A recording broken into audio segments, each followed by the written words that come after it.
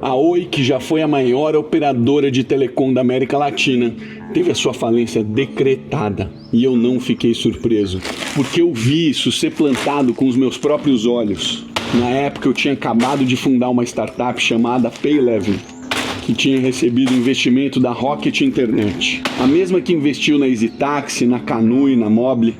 Mas aí veio a proposta da Oi.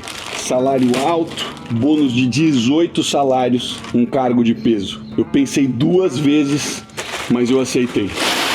Eu mergulhei de cabeça numa unidade que faturava R$1 bilhão, margem de 50%, 500 milhões de caixa. Um número impressionante, mas ínfimo se relacionado a quanto o grupo faturava, 25 bilhões de reais.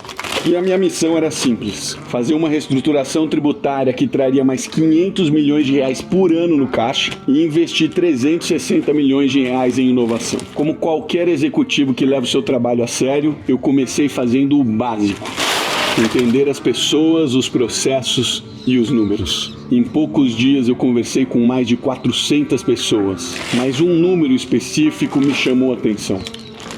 Um fornecedor antigo com números altíssimos, ligado a uma empresa chamada Game Corp. A Oi tinha investido 15 milhões de reais nela. E depois milhões e milhões de reais em contratos que ninguém sabia explicar. Perguntei o que era aquilo e a resposta veio de cima. Anos depois veio a Lava Jato e a confirmação. Mais de 132 milhões de reais pagos pela Oi ao grupo de empresas do Lulinha. O mesmo nome que muitos aplaudem hoje.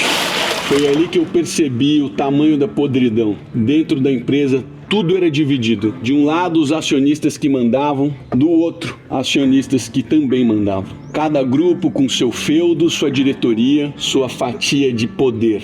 Milhões de reais sendo distribuídos em contratos com empresas dos próprios controladores. Conflito de interesse institucionalizado. E no fim, mesmo endividada, a empresa sempre distribuía R$1 bilhão de dividendos. Entra o novo CEO, Francisco Valim.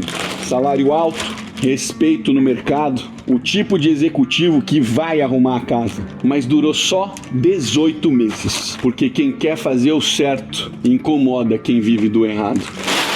E é assim que o Brasil funciona.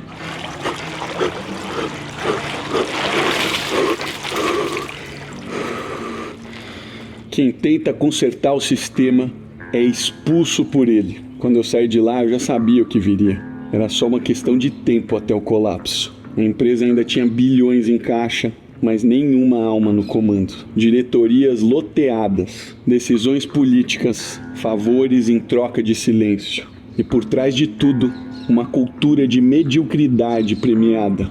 A Oi não quebrou sozinha. Ela foi espelho de um país inteiro. A Lava Jato revelou o óbvio. O poder público e o privado nunca foram inimigos. São só lados diferentes da mesma moeda suja. Enquanto uns falam de luta pelo povo, outros assinam contratos milionários com o dinheiro dele. A Oi chegou ao fim com um patrimônio bilionário, mas uma dívida moral impagável. E quem deveria responder por isso? Segue aí, palestrando sobre ética, batendo no peito e falando em reconstruir o país. O que eu vi foi uma empresa morrer, do mesmo mal que destrói esse país todos os dias, a falta de vergonha.